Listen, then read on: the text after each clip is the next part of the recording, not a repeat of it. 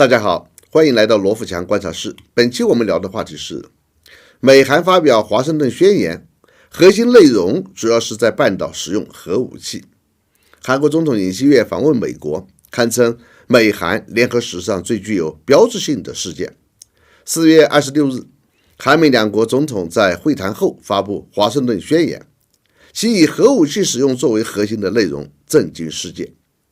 据韩联社报道，华盛顿宣言是独立于美韩领导人联合声明之外的另一份成果文件。也就是说，尹锡悦访美不仅有韩美两国领导人联合声明，还有一个单独的核武器使用宣言。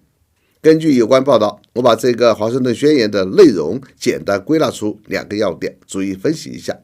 一、美韩两国宣布设立新的延伸威慑协商机制核磋商小组，目的是共同商讨核计划与战略计划，并管控朝鲜对核不扩散体制的威胁。核磋商小组这样的机构名称在世界上属于首创，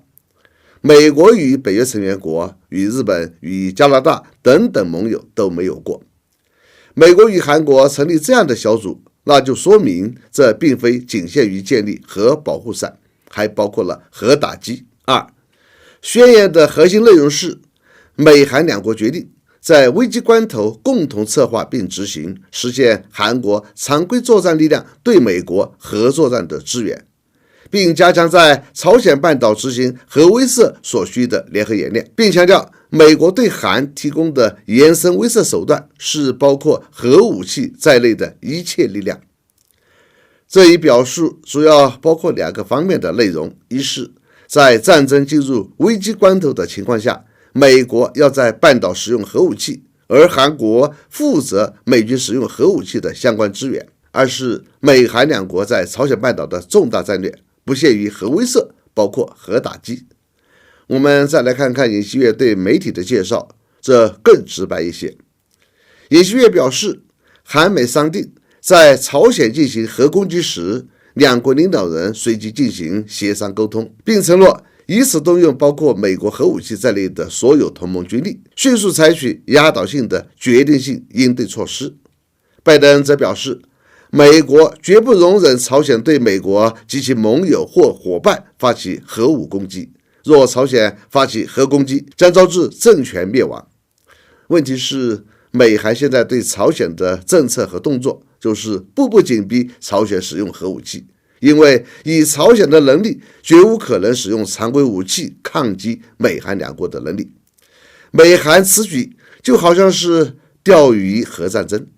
从这个华盛顿宣言以及韩美两国之前的诸多表现来看，这个宣言其实就是一个毁灭朝鲜半岛宣言。拜登说将招致政权灭亡，已经是最轻的结果了。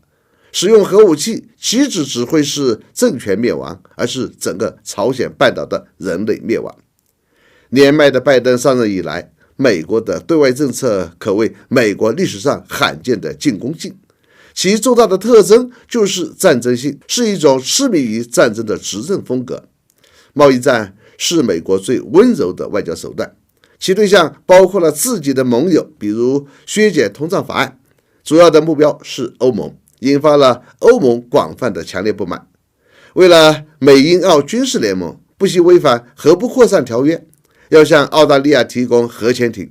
甚至截胡法国与澳大利亚之前的常规动力潜艇大单，试图升级扩大俄乌战争。很显然是拜登的既定决心，不打到底是不会罢休的，就看北约成员国最终会不会被裹挟下水而已。而在半岛计划的核战争，目标绝非仅仅是朝鲜，显然针对中国和俄罗斯，因为朝鲜半岛紧邻中国，离俄罗斯也很近。黄土已经埋到脖子的拜登，用他的行动在释放这样一个警告：年迈的好战者成为美国总统，很可能真会成为地球的灾难。或许他心底深处认为自己已经享受够了，不排除潜意识里想让尽可能多的人当陪战的动机。好，本期话题就到这里，我们下次见。